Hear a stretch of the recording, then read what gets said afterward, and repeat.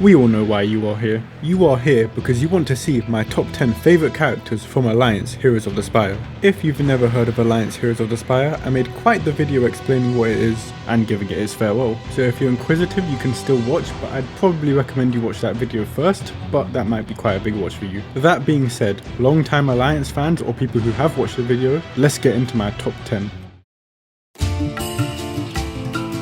Starting off our top 10 with an epic hero sneaking into our ranking. Now, am I saying epic heroes are bad? Not particularly. They're just not really my favourite characters. Except of course for one of the best support enchanters I've ever experienced in a game before, the Dancer. The Dancer has a pretty unique kit because in some ways it can actually work against you. The special ability of a Dancer redistributes the speed bar of all allies evenly, then increases the speed bar of the Dancer and a chosen ally. The Dancer is actually capable of preventing allies from taking their next turn by redistributing everyone's speed bar. While this does sound bad, you can effectively jumpstart an ally who has a very low speed bar into taking the next turn, and with their artifact, Dancers are immune to having their speed bar drained and will gain speed bar every time an ally takes a turn. Having max rank skills for the Dancers lowers her cooldowns drastically, so an already fast team can be hypercharged even further with a Dancer on it. And while I am praising all of the Dancers because they all effectively play like this, my favourite is Kezia, the Chaos Dancer. Why her specifically? Well, the ultimate ability for all the Dancers grants all allies a buff, then increases the duration of all of their buffs by 1 turn. Kezia's ultimate gives all allies evasion for 2 turns, which is already a very powerful defensive buff.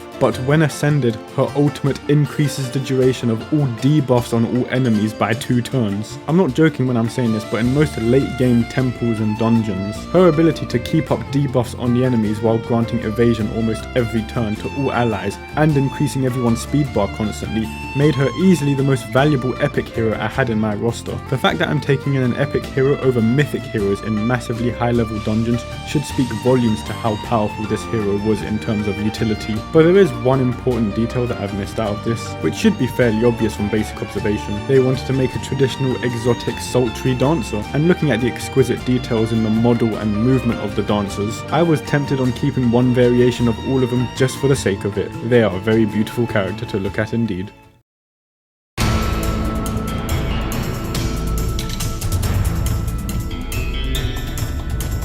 I remember clambering my team together with whatever epic heroes I had when I first played the game, only really having Roland and maybe one other lucky legendary I had to draw, but God bless the hero events because in the early game when I first started to do them, the Freedom hero event was one of the first ones I managed to do. I believe this was the initial release of this hero event as well, so this was their first introduction to the game. The Militiaman was quite useful in his own right and he had enough utility in order to carry me through the legendary portion of the hero event. After scraping through enough hero cores, I managed to draw a legendary hero and it was Jane the Bounty Hunter. I have a very simple game plan whenever I play games like this. Build up massive power and critical hit numbers and whack the enemy as hard as possible. Of all of the bounty hunters, Jane fit that bill perfectly. No wasting time trying to gain buffs, no wasting time applying marks to the enemies. You just build power, crit and aim, and that's all she does. Her basic attack increases her aim permanently, thus increasing her damage. Her Fan the Hammer has a 70% crit chance. Her ultimate ability, Drained Speed Bar, gives herself a crit multiplier and permanently increases the damage of the ability for the remainder of the battle. Her passive is that every time she gets a critical hit, she gains speed bar, and the artifact for the bounty hunter means that all of their abilities have bonus aim scaling, and using any ability has a 50% chance of resetting the cooldown of Fan the Hammer or Rapid Fan. So what do you get out of the Jane blender when you mix all of that together? You get damage, damage and more damage. She was an absolute machine gun. With 100% crit chance and war tech,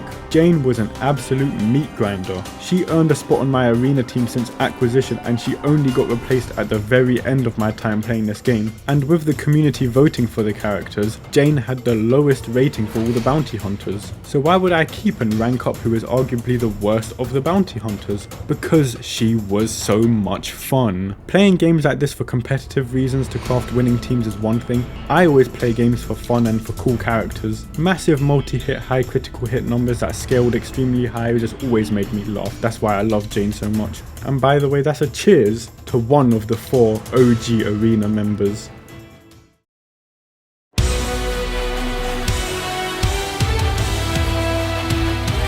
Making a mythic hero requires making the biggest, baddest unit you can and making them feel like they deserve their star ranking. So how do you know when a mythic unit feels like a mythic unit? If you ask me, the metric would be, if you were to put this into a single player story game, which unit would be the final boss? And your response is, that giant metal dragon is the final boss of this game, then yes, you've made a mythic hero. More than just this big boy is the final boss, if you actually look at the story of Alliance, it ends with the fight against Vortrin the Defiler. But I've always thought, with all these big grandiose mythic characters that got later added into the game, how can we gin up another cataclysmic event that could warrant another story path that leads to one of these mythic heroes being the antagonist? How about a mech-born uprising, where all of these big evil robots just decide to band together, take over Fracture and turn everyone else into robots? And because commonly the most hyped up mythic variation of heroes are dragons, why don't the mech-born just build their own mechanical dragon super weapon? And that's where the Mecha Dragon comes in. This unit feels like an absolute boss fight. Powerful team-wide attacks on their ultimate and basic attack, applying multiple bombs to enemies, applying bombs whenever debuffs get cleared so they're counteracting being cleansed, all of their passives being core of their element, even their artifact skill referring to being effectively a mech-born leader unit, and the ascended names of these heroes, my goodness, I can go on about how amazing the Mecha Dragons are. The Fiery Sky, Deep Sea Detonation, the Fallout, the World's End, Chaos Finale, Nuclear Endgame, Shadow Bombardment, the Warzone Revenant, Spirit Bomb. These things aren't some ancient primordial beings reawoken to bring about the world's end. These things are intelligently constructed machines, yet their presence and description in the game make them sound like a futuristic apocalypse. These things sound like a devastating prototype unit where, if this thing were to get into the battlefield, it would destroy everything. That's me ginning up the design and appearance of these characters, as well as a lot of what they can do in the game. Well, just how popular and how good are the Mecha Dragons? Well, that's where Megathrawn, the Shadow Mecha Dragon, comes in. I think for the longest time, he was one of the only units I had ever seen with a 100% must-have rating. Due to him being an OCSE mythic hero, yes, he might be pretty scarce and have not a lot of ratings to him, but after reading his abilities and even acquiring him for myself, it is clear why he is easily one of the best characters in the entire game. Shadow Bombardment. Attack all enemies, apply 1 Dread debuff and 2 Plague debuffs for 2 turns. Damage scales with enemies missing health. What's his passive? Every hit he does applies Plague for 2 turns. Anytime a debuff is cleansed on the enemy team, he applies Bomb to the unit. Should I remind you what Dread does if you cleanse it? Do you remember the power scaling and effect of all of these damage over times? Do you remember what Witchstone set does? To say it simply, even against the tier 5 dungeons and temples, one use of his ultimate and the match was over. Megathrawn and the rest of the Mecha Dragons are absolute nuclear bombs. This is what an absolutely fantastic mythic hero looks like, and that's why he has his place on this list.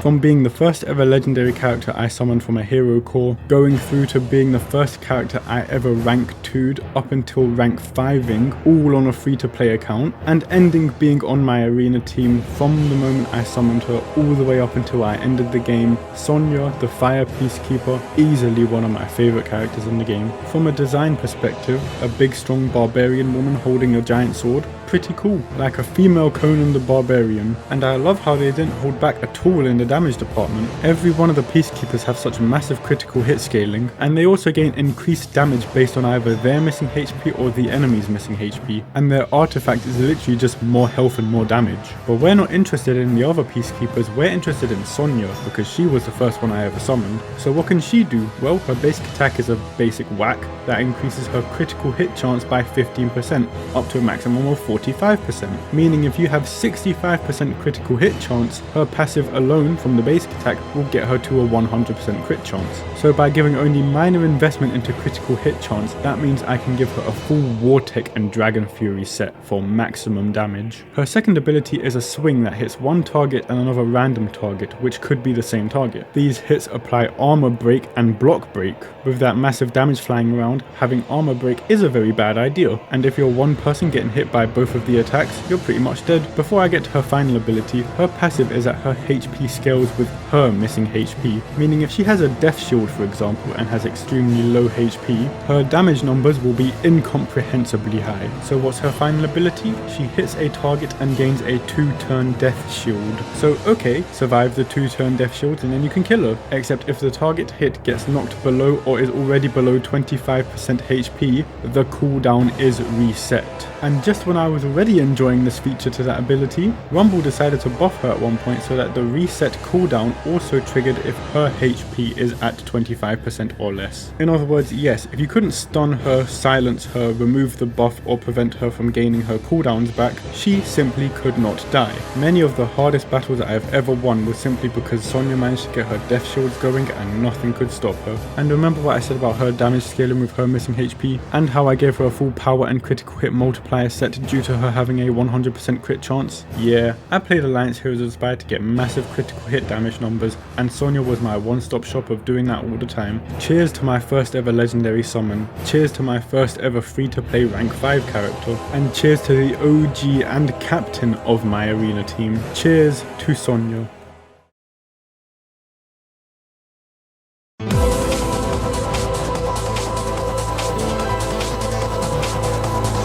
Across my time playing Alliance Heroes of the Spire, I managed to amass quite a number of mythic heroes eventually, but this honour and this position in my list has to go to the first ever mythic hero I summoned, Emberhoof. For being purely a support hero, the power of a mythic hero really went into display when I first summoned Emberhoof. Equipping the artifact for the unicorn means that the Galloping Charge heal now heals all your allies. And I start with that because with Emberhoof, every time you heal an ally, they gain a 2-turn power buff, which changes the basic attack so that now Emberhoof can heal all her allies on every single turn, meaning your allies always have 2-turn power buffs and they're always being healed. For a character whose sole purpose is to heal, shield, remove debuffs and sometimes revive people, Emberhoof constantly giving the entire team a 2-turn power buff makes her a font of offensive power. You often have to have a dedicated support who can sometimes give characters a power buff and they have to wait on a cooldown, whereas Emberhoof is guaranteed doing it every single turn, and that's just me talking about the healing and the power buff. Emberhoof's second ability cleanses all debuffs from all allies. Yeah, just like that, a full team cleanse, and replaces all of the debuffs with a heal over time. Emberhoof's next ability is a massive percent HP heal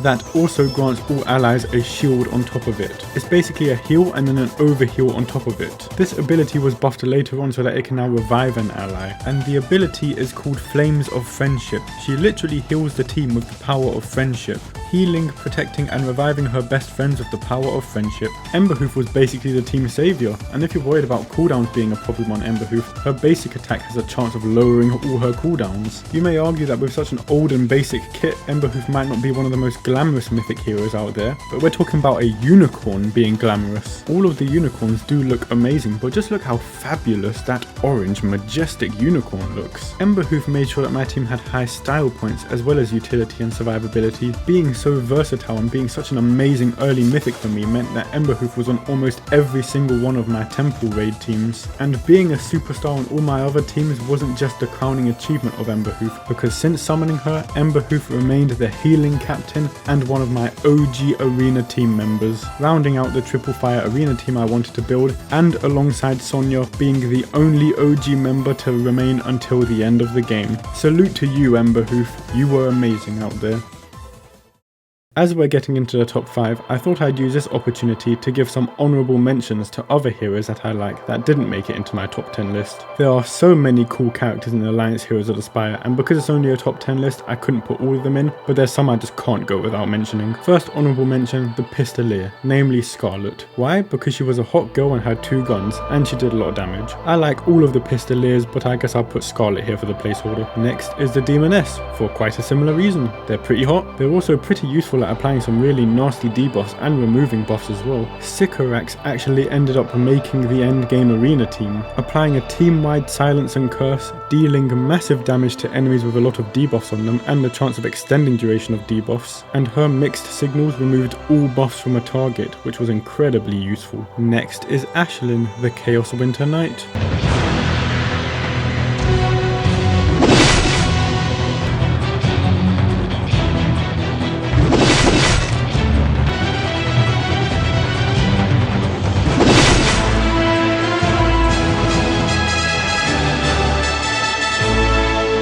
The footage speaks for itself. Next was Steelhide, the water warhorn. I'm pretty sure that the warhorns were added late into the game just as a cheat code. They have a taunting combo point counterattack system that basically means they print buffs endlessly and provoke you endlessly. If they don't get their buffs removed or they don't get stunned or anything like that, they're basically unbeatable. These guys were a bread and butter tank for the endgame combat. They were, like I said, pretty much a cheat code. Steelhide had the added benefit of removing buffs and stunning people. He was also just the first one I managed to summon. Next is Vatho. You're just a frightened child.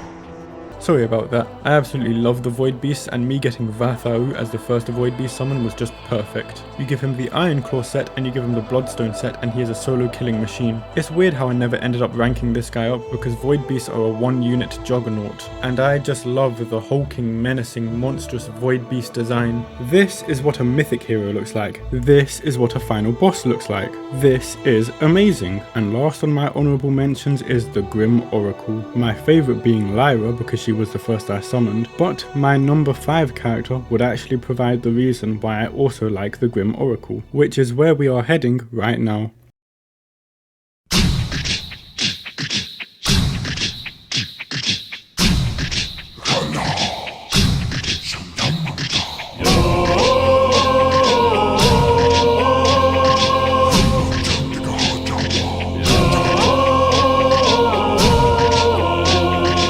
Shields up, defensive posture, prepare for war. The Spear God easily stands as my favourite protector in the entire game, especially Brees, the nature Spear God. His ability to increase his evasion durations and gain invincibility when his health drops below 50% was incredible, especially given that you don't lose evasion stacks if you have invincibility up. So when his 2-turn invincibility eventually went away, he had a high amount of evasion stacks on him, topped off with fortification, crit resist, being immune to curse and taking 10% reduced damage. You could really slot Brees in anywhere and he would be useful. But why do I like him so much? Let me let you in on a little secret. He was the first ever hero event I participated in. It would take me a very long while to earn the Grim Oracle, but my first ever legendary hero draw from a hero event was Brees. And up until his eventual replacement, Brees was the 4th member of my original arena team. I had my 3 fire heroes and no real tank, and then Brees came in like a godsend. Having a nature taunter up against water heroes when you have a fire team,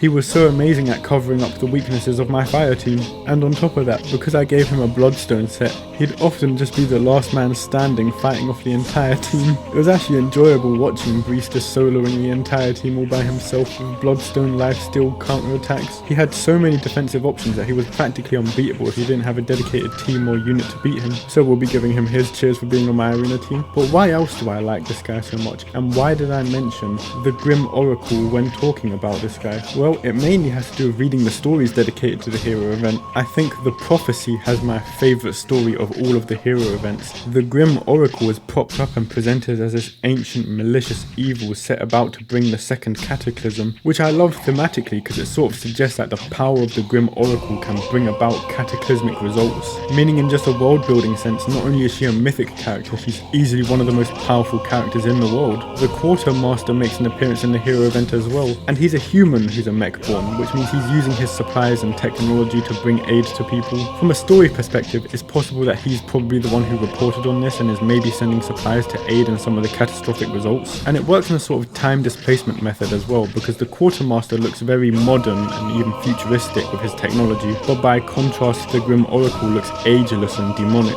like an ancient being biding its time waiting for the right opportunity to unleash her power. So where did the Spear Guard come into this? Well, if you read the description, it says only the stalwart Spear Guards can hope to stand against the Grim Oracle, and they also have an ancient barbaric and tribal design to them, which gives the impression that the Spear Guard are a tribe of people set on defending the world from the Grim Oracle, which makes me love the thought that this is an ancient tribal defense unit that only come into action when the threat of a Grim Oracle looms. Who knows how many cataclysms were avoided across time thanks to the efforts of the Spear Guard. And this is just information based on the presentation of the units, the 3 units selected for the hero event, and the small flavor text given to it. This is how you convey visual storytelling, and this is how you design characters to fit and make a world. Like I said, unleash me on a story mode for this game. This would be amazing to play out. This could easily be a post-game story chapter based on a Grim Oracle seeking to rise to power and create a second cataclysm. But before I go too far off the deep end, I will end end it here, and give a cheers to Brees for being the 4th and final member of my original arena team. Legendary work out there, soldier.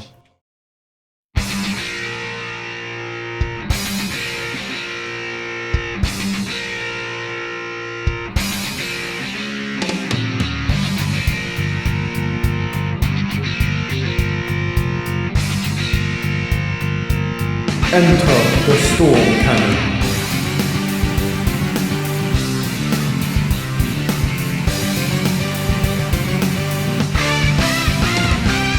I am a sucker for quite a few things in my fictional media, and one thing I do like are metallic suits. It's partly the inspiration for my own character, but aside from the regal appearance or the authority or the power that they present, their capabilities and abilities commonly displayed in combat are really what set the character apart. And are you really going to show me a hot woman in a cool armoured mech suit, armed with 2 sleek pistols and 2 colossal cannons? Call the unit the Devastator, and then present me with Bridget the Storm Cannon, and think that I'm not going to fall in love with this character? You must be out of your mind. This unit has a move that allows me to fire full power those 2 cannons at an enemy and instantly kill them. And assuming the game is not over yet, whoops, that's 50% permanent power for the remainder of the battle, which stacks to a maximum of 200%. I can remember before they buffed her that it was only a 20% power increase up to a maximum of 60%. Now the first use gives you 50% and it stacks up to 200%. And that's on top of the buff that allows the devastation ability to apply bombs to all targets. And yes, bombs scale with the unit's power. So you give me a unit that looks and sounds like they deal a lot of explosive power, and then what do? Deal a massive amount of explosive power. Fair play. Now Bridget is my favourite because she was the first one I drew. She was one of my earliest mythic heroes. But truth be told, I love all of the Devastators equally. She feels like a militaristic super soldier artillery unit who's just there deployed to just blow stuff up. I love how she looks and feels as a character, and I just love how she plays in game. You just blow everything up. It's just that simple. She's one of the favourite characters in my mind who would translate best into another game setting like a MOBA game or an RPG third-person action game. A game that will give you bigger targets or more elusive enemies and you can just blow stuff up. It feels amazing. Easily one of the favourite characters who pops into my mind all the time, and definitely a character I'm going to keep writing about and maybe try and learn to draw at some point. But before I end it here, I have to give a shout out to the Chaos Devastator, Vivian, the Chaos Ballista. I always used to read the abilities of the characters that I thought I would never be able to earn. Eventually I got her for myself. She has my favourite ability in the entire game, Life Ender.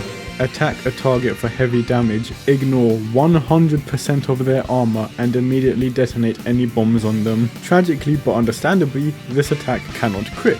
So what gear did I give Vivian when I unlocked her? Dragon Fury all the way down. Life Ender became a point and click insta-kill. It was easily the funniest ability in the entire game. I absolutely loved the Devastators, providing me with tons of fun and an amazing character to look at. Cheers on both accounts.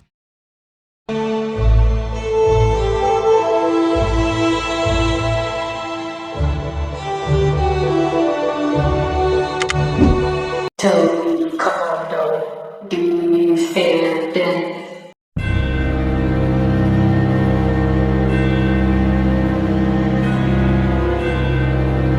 The first ever OCSE mythic hero I ever drew from a hero core became one of the coolest characters in my barracks, one of the most powerful characters my roster will ever see, and also ended up becoming one of my most favourite characters in Alliance Heroes of the Spire. Dare you mortals traverse the grave of the damned? From the far reaches of hell, the most formidable void spawn awaits to depart your soul from this world. Morrigan, the Dread Queen, the Chaos Dreadbringer. During the time where I thought OCSE mythic heroes were impossible to obtain, coming like a godsend from the amazing hero event, I managed to pull a 1 in 500 chance of getting an Order or Chaos mythic hero, and I got the Chaos Dreadbringer herself.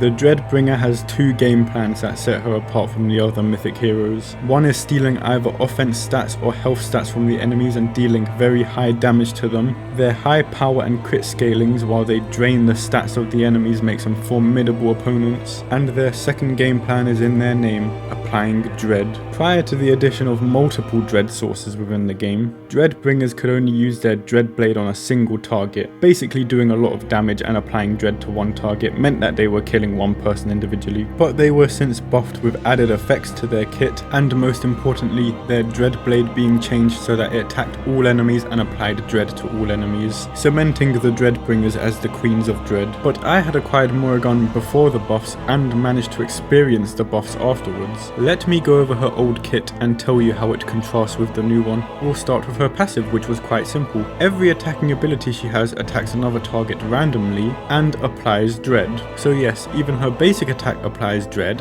and her dread blade applies 2 dread to a target. Her basic attack was the power steal variation, and her ultimate hit a target with a small chance of attacking every target and a small chance of dealing triple damage, meaning assuming every hit of her double hit passive hits the same target, every turn she applies 2 dread to a target, unless she uses her dread blade, in which she would apply 4 dread to a target. And the hit all enemies portion of her ultimate also applies dread, meaning you could apply 2 dread to the entire team. And assuming you give her swift steal set like I did, after every attack she can perform a free attack with her basic attack, which grants her power stacks and can apply even more dread. Every time Morrigan took a turn, the enemy team would subsequently melt away. It took a little bit of team building with some healers and tanks to eventually get Morrigan to solo some of the high level equipment dungeons for me with such an underdeveloped barracks. Morrigan was truly a monstrous force. She was an absolute godsend to my team. And you're probably thinking, well, they buffed all the Dreadbringers Dreadblade, this must have pushed her over the top.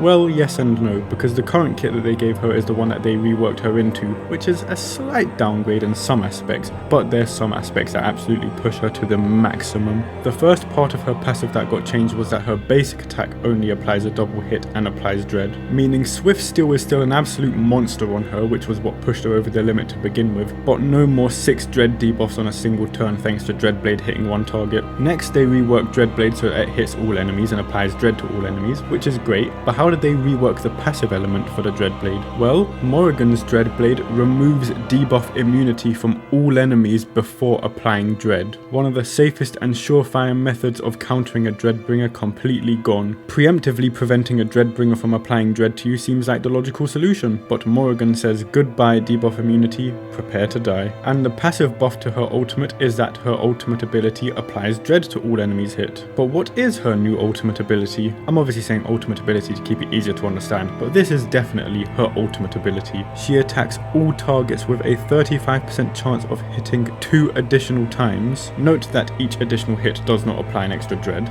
but every hit has a 35% chance of applying a death sentence. Dread is a debuff where you have to manage healing around it, because removing it will deal massive damage to the person who cleanses it. Failing to cleanse such a high damage over time ability can result in your units dying as well, so what is a more haunting way of guaranteeing the demise of all of your opponents than applying a death sentence on top of all of those dread stacks? A Swift Steal Morrigan was basically a guaranteed method of defeating the temples and dungeons as it was. Now the Lost Dungeons and Path of the Ancients were no longer safe from Morrigan. All of those stacks of debuff immunity, all of those methods of preventing damage from being taken, all of the trickiest teams the game ever threw at me were nothing to Morrigan. She became the be-all and end-all of PvE content. But surely she's not invincible, surely she could be focused down and burst easily. Well, I may have forgotten to mention her artifact. Well, the old Dreadbringer's artifact meant that the stats stolen from her basic attack applied twice, which did stay the same over the rework, so just imagine that on Morrigan. But what did they add to the artifact? After dropping below 35% HP, the Dreadbringer will gain a Damnation buff for 2 turns. Damnation means that any damage you take heals you instead of deals damage. Well, whoops, now there's a few extra steps in order to take down a Dreadbringer, because now you have to get through a 2-turn effective invincibility, and with all the dread and the death sentence flying around from Morrigan, I don't think you're gonna last that long. Morrigan was one of the proud queens of my barracks. I would later acquire more Dreadbringers, some of them even very popular, but when you are face to face with that haunting purple hood, those cold, eerie, abyssal eyes, and the deathly sharp sheen of the Dreadblade's scythe, then you know for certain that Death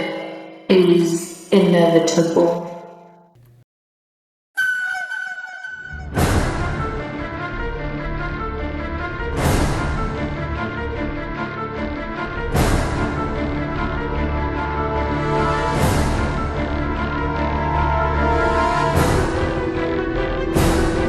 Now, do I really have to explain to the uncultured among you why this character is one of my favourites? To be fair, I suppose I do, because it's not as simple as you might think. There are two fictional archetypes I'm fairly fond of. For men, it's usually large hulking masses of muscle serving as juggernauts, who solve every problem head first and brains last. That's not to say I don't like the smarter male characters. Some of the more cunning, tactical, resourceful martial arts types are also quite a favourite of mine, though I'm usually first to try and pick the big guy if I can. And my second favourite archetype are the sleek, elusive, lascivious femme fatales, usually built fairly athletic in their own right, but are not afraid to understand and exploit the visual psychological advantage they have by idealizing and sensualizing their voluptuous, alluring, statuesque physical form that grasps straight into the hindbrain of their victims, dulling their senses, usually resulting in the men being more vulnerable in this state than the females themselves, allowing them to fall easy prey to a female's bite. Conversely, with the male archetype, I do also happen to have an appeal towards the women who can fight on an even physical playing field with the men, but in terms of distincting the dynamics between male and females, it's often best to let the women shine in their own field, so it's okay to let the women sacrifice a couple points in strength for some extra points in sexy. Now then, does all of that explain the Blade Dancer for you? Because I'm just getting started. The Blade Dancer possesses such finesse, poise and dexterity to her stances and acrobatics, on top of her quality, precise handling of such large blades. You can tell that the Blade Dancers were trained mind, body and soul for perfection in combat, which probably leads you to ask, why the outfit? Surely armor would make them way more effective weapons of war. Firstly, who needs armor if you're never gonna get hit? Do you think there's any character in this game, any class of character who's gonna touch this girl in a fight? Yeah, you can bring the guns, the magic and the explosives to a fight, but we're bringing a Blade Dancer to a fight. Secondly, I think even the mechborn would have to sit there processing their memory banks after their scanners get a glimpse of those boobs, and that's assuming we're ignoring her hips, waist, that beautiful stomach, those fine legs, and that big beautiful buttocks of hers. I get that in most cases it might be a bit of a stretch to try and justify and explain the internal reasons behind sex appeal. You can make as many arguments for viability as you want, but most of the time it's literally just included because it wants to serve us men of culture, and I'm okay with that. So fine, I'm not against knocking off points for immersion and creativity for that reason. But thirdly, do you really think there's any armor out there that can serve better defense than that firm, muscular, defined cake of hers? Let me tell you, no bullets or sword is going to leave a scratch on those cheeks. In fact, I'd wager with how strong, agile and mobile she is, that her derriere itself is probably a lethal weapon. Okay, maybe the thoughts swirling around my head are getting a little onto the page, but I'll end with one more point about her aesthetics, is that I love the long ponytail. They did a good job making her face and facial structure look pretty beautiful, and the patterns of armor that she does wear in her base and ascended form does actually look very good, and this goes for all of her variations and colours. I think they all look amazing. But less about the actual looks of the characters and more about how the character works in the game. Which one of them is my favourite? Marwyn, the Fireblade Dancer, the obvious answer. I absolutely love this character. Personally, for aesthetics, I would have loved Indris, the Order Blade Dancer, but in terms of which Blade Dancer is going to serve you the best in an actual fight in the actual game, Marwyn is the best. Before they were buffed, Blade Dancers could apply combo points, but they had to rely on aim in order to apply them, despite the fact that all of their abilities scale with speed. This left them in a fairly undesirable position, as you had to build aim for a character who wanted a lot of speed. This was until they were buffed so that combo points became unblockable, so suddenly the desire to build aim goes out the window and it's all speed for the Blade Dancers. And what happens when you have a full speed Blade Dancer that gets up and running? She becomes an absolute chainsaw. Particularly in Marwyn's case, every time she gains a crit, she fills her speed bar by 10% and gains a crit multiplier buff for 3 turns. Not only do you want to build massive amounts of critical hit chance on Blade Dancers, but their artifact increases their crit chance by 20%. Every time they land a critical hit, they apply a combo point, and at the start of every stage, they apply 2 combo points to all enemies, and remember, all combo points are unblockable. The first move Blade Dancers tend to use at the start of their stage will be their second ability, which in Marwyn's case is Wind Cutter, which attacks all enemies and applies 2 combo points to them, hastes her for 2 turns, and slows the enemies for 2 turns. So right off the bat, Marwyn has a speed gain advantage, and you tend to build speed on her for more damage on all of her attacks anyway. Her basic attack slashes an enemy twice and applies a combo point to them, with a 50% chance of reducing her cooldowns by 1 turn,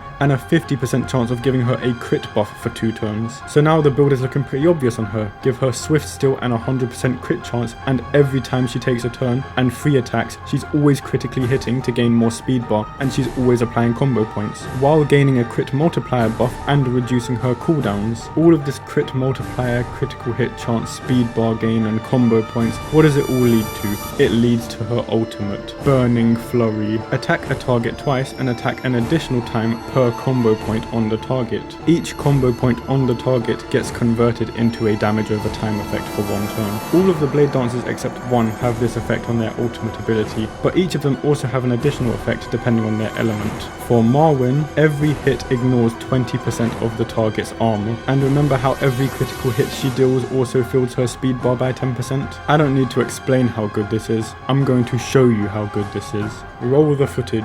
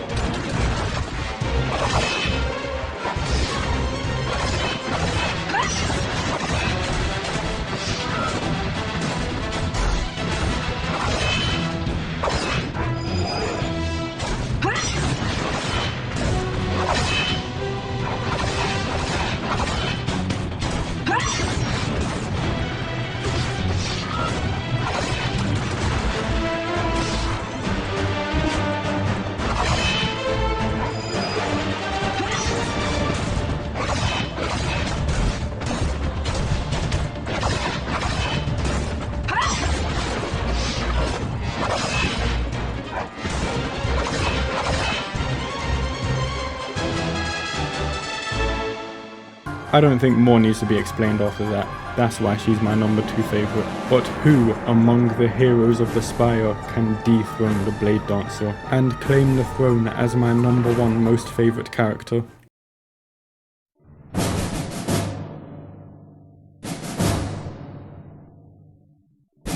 Cage Troopers, stand to attention.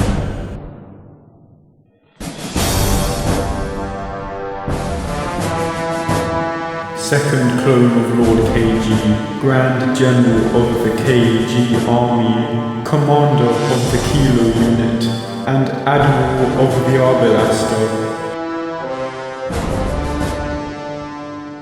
Supreme Enforcer Rainleaf has arrived.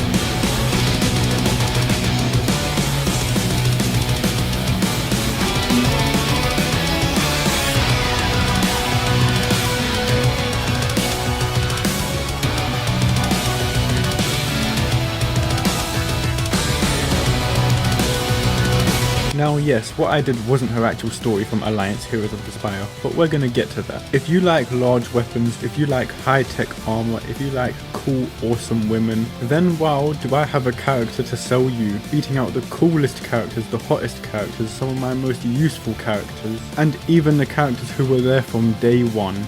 The Imperium Enforcer is by far my most favourite character in Alliance Heroes of the Spire. It's been far too long since I've seen so much regality, so much authority, so much power being beheld in a single character before. You want your super soldiers, you want your space marines, you want whatever super class character you can have, you get them. I have the Enforcer. Every detail about this character, even down to the description of her hero event, is perfect.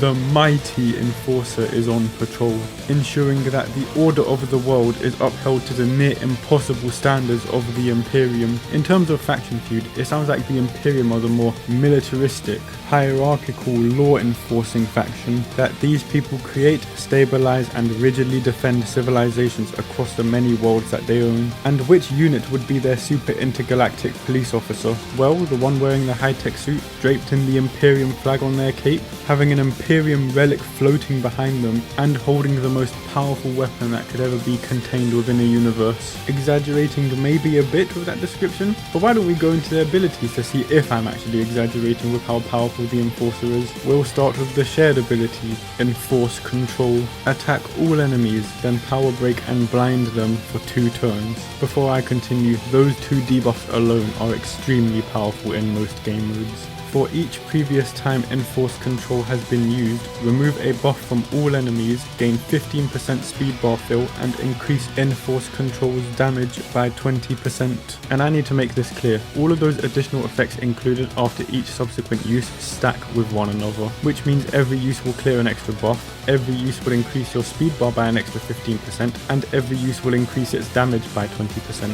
So right off the bat, the standard use for all Enforcers is to ramp up power as a fight drags on. The power and utility that Enforce Control would ramp up to would reach a deadly level if a fight lasts too long. And speaking of fights lasting too long, an Enforcer's artifact scales with fights lasting too long. Anytime you use Dragoon Cannon or Worm Blast, increase your power by 5% up to a maximum of 200%. Remember the bonus damage from Enforce Control? And now you're adding up to 200% bonus power from continuous uses of their basic attack. This unit has 2 near infinite scaling abilities with one subsidizing the other. And remember, this is a mythic hero, she has base mythic hero stats. So even the early game power with just basic gear can do a massive amount of damage, and this is before the fight even lasts long enough for her to ramp up. And we're not even done with the artifact. If an enemy above 130% speed bar fills their speed bar, stun them for 1 turn, drain their speed bar to 0% and make a free attack on them. This is where abilities and artifacts just straight up become part of the character,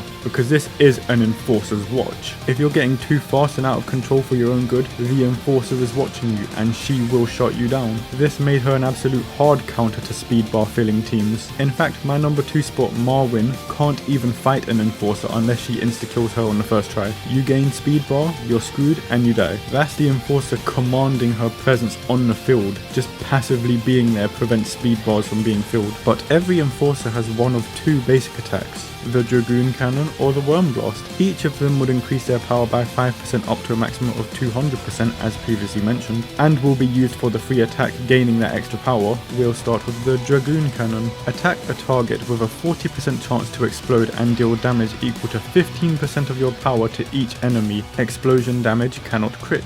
For every 5 points of damage you deal, remove 1 point of the target's power for the rest of the battle. Worm Blast is the same, except for every 200 points of damage you deal, remove 1% of the target's aim for the rest of the battle. Permanent stat shreds. Very important offensive stat shreds as well for power and aim. And yes, the basic attack of the Enforcer will be reaching those damage thresholds very easily, including the temple and dungeon bosses. All of that while Enforce Control is lowering your stats with the actual combat effects, and you're ramping up the Enforcer's power permanently throughout the fight. So we're 2 abilities and 1 passive in, and she's already looking like one of the most overpowered units in the game. Now we're going to jump to the Enforcer's passive because they all share specific features with their passives. For starters, every Dragoon Cannon or Worm Blast you do has a 20% chance of continuing the attack.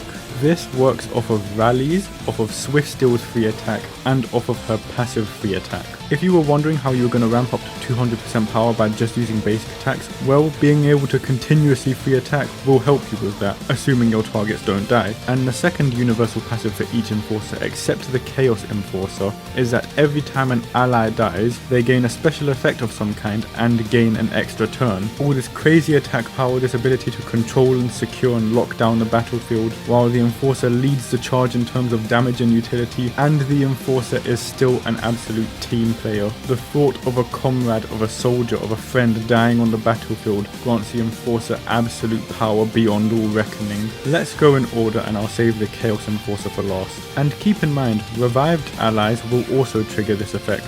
For Brimfire, if an ally is killed, gain 20% power and crit multiplier up to a maximum of 100%. And yes, this does mean she can gain 300% power and 100% crit multiplier. I'll leave the rest up to your imagination. For Mist, if an ally is killed, she gains a power buff, crit buff and crit multiplier buff for 3 turns. In other words, Mist doesn't need someone who's going to grant her buffs to be more powerful, she just needs someone who's going to die For Regin Leaf, she's actually a little bit more special than the rest because the explosive damage from her Dragoon Cannon and Imperium Cannon can actually crit. But her passive is if a unit dies, refresh the cooldown of the Imperium Cannon. What is the Imperium Cannon? Believe me, we will get to that. For Gunner, if an ally dies, deal 250% of your power to all enemies, meaning if you kill one of Gunner's friends, whoops, you're all dead. Grimhild also has quite a special passive to her. All of Grimhild's attacks detonate all bombs on the target, and all attacks have a 50% chance of attaching a bomb. In case you're wondering, yes, it is possible for her to stun lock you permanently thanks to her free attacks. But when an ally dies, attach 2 bombs to all enemy targets. Not something you want to be staring down if you don't have a cleanser on you and she's taking another turn. Rota's passive, my goodness, if an ally is killed, decrease all allies cooldowns by 2 turns and increase all enemies cooldowns by 2 turns. So if an ally dies, Rota just turns the enemy team off and turns her team online. There is no escaping the presence of the Enforcer. You have to focus this unit down first or you are screwed. But what happens if you take the brave approach and save the Enforcer for last? Enter Scold, the Chaos Enforcer. Scold doesn't take a turn after an ally dies. Instead, if Scold is the last ally standing, deal 1000% of her power to all enemies, then take another turn. This can only occur once per match. Let me just show you what this looks like.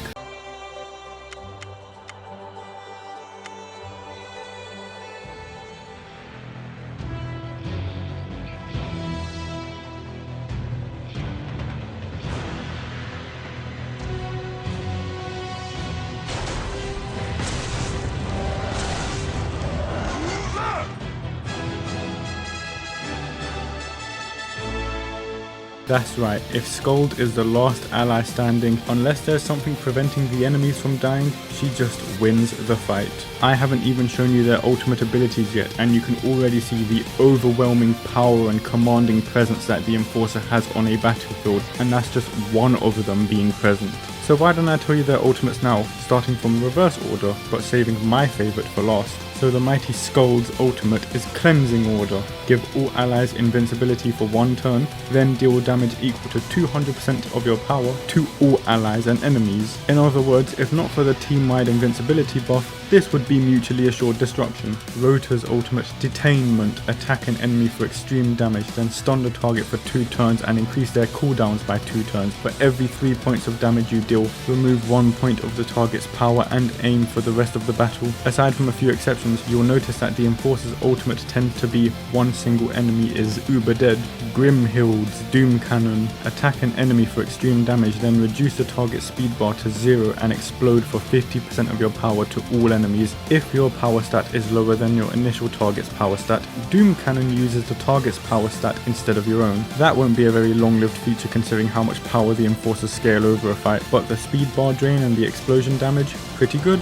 Gunner's Dragon Slayer. Attack an enemy for extreme damage, ignore 50% of your target's armor and give yourself a Witchstone power buff and Witchstone crit multiplier buff for 2 turns. If your target is killed, reset the cooldown of Dragon Slayer and take another turn. If one of you dies, you're all dying. Mist with Ballistic Barrage. Attack all enemies, then expose and blind them for 2 turns. If a target is already blinded, stun them for 1 turn. For every 5 points of damage you deal, remove 1 point of your target's power. For every 200 points of damage you deal, remove 1% of your target's aim for the rest of the battle. Need I remind you that her enforced control would apply blind to all enemies before you use this attack? Just casually throwing out a team-wide stun and stat shred. Brimfire with the Armor Piercer. Attack an enemy for extreme damage, stun, armor break and block break your target for 2 turns. For every 3 points of damage you deal, remove 1% of your target's power. For every 100 points of damage you deal, remove 1% of your target's aim for the rest of the battle. I suppose it's only fitting for the Fire Enforcer to have the biggest single target screw you button in the entire game. And last, but certainly not least, Regin Leaf, my favourite. The Imperium Cannon. attack an enemy for extreme damage, increase their cooldowns by 2 turns, and explode for 50% of your power to all enemies. Ignore 50% of your target's armor. If an enemy is killed, explode for an additional 200% of your power to all enemies. Explosion damage cannot crit. Now firstly, remember that little bit of text in her passive that says that the Imperium Cannon explosion damage can critically hit? So you can super nuke a single target, critically hit them, ignoring 50% of their armor, and explode the entire enemy team at the same time for 250% of your power. This attack should be straight up illegal, but what happens if an ally dies? This ability gets reset and she takes another turn. Are you beginning to understand just how much damage and power these enforcers are throwing around? When I tell you I play these games just to build massive critical hit numbers, the enforcer is a godsend. She is literally the super soldier ascending from the heavens, coming down to grace the rage cage with her presence. This character is and does absolutely everything I love. She may not be the most defined of archetypes such as the Blade Dancer or the Void Beast, but she is an absolute goddess of war. Even their cannon, described as Worm Blast or Dragoon Cannon, basically infers that these women kill dragons, basically the mightiest beasts in all of Alliance. I love everything about this character so much, but which one do I love the most? I think I made it pretty clear. Regenleaf, the noble general. Since acquisition, she pretty much never left a single team outside of the arena. She was basically the sole reason I can get through the later dungeons and temple battles because of her amazing utility and damage. Her single target and area damage was absolutely amazing, better than anything I had at the time. But most importantly, she was my first ever enforcer, and that was enough to leave the impression on me. So every time I had to draft for a team battle, I thought, bring in Rainleaf.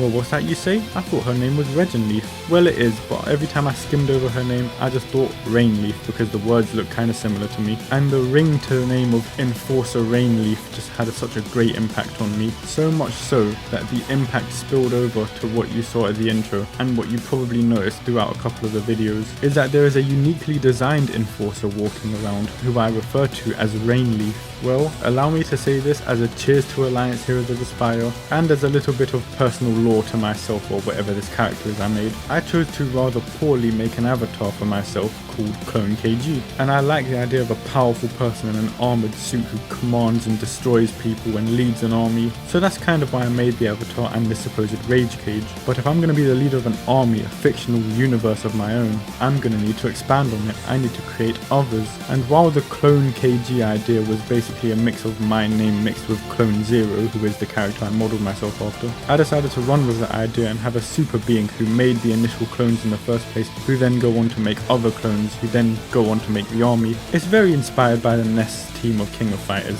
which I do like, admittedly, because I really like King of Fighters, and the Nest team are cool because they're all in suits of armor. Now, I came up with the idea behind this and the design of Rainleaf before Alliance even announced it was closing down, and I thought, why? Because I need a second in command for my army, a person who uniquely rivals Clone KG in power and authority. I also thought they couldn't be a man, because we have to have a man and a woman in charge, and it kinda leads to the idea of both sexes being involved in the initial cloning process of the Lord. So no, I'm not putting Clone KG in a relationship with Rainleaf, but the design of the Enforcer was too good for me to not use that design as the inspiration for this character. A powerful militaristic Imperium female warlord in super iconic high-tech battle armor and a cannon that can wipe out entire planets. It was obvious that Enforcer Rainleaf had to be. I've gone so far with this that I've even decided to learn to draw myself so that I can put pen to paper and create these characters in proper designs myself.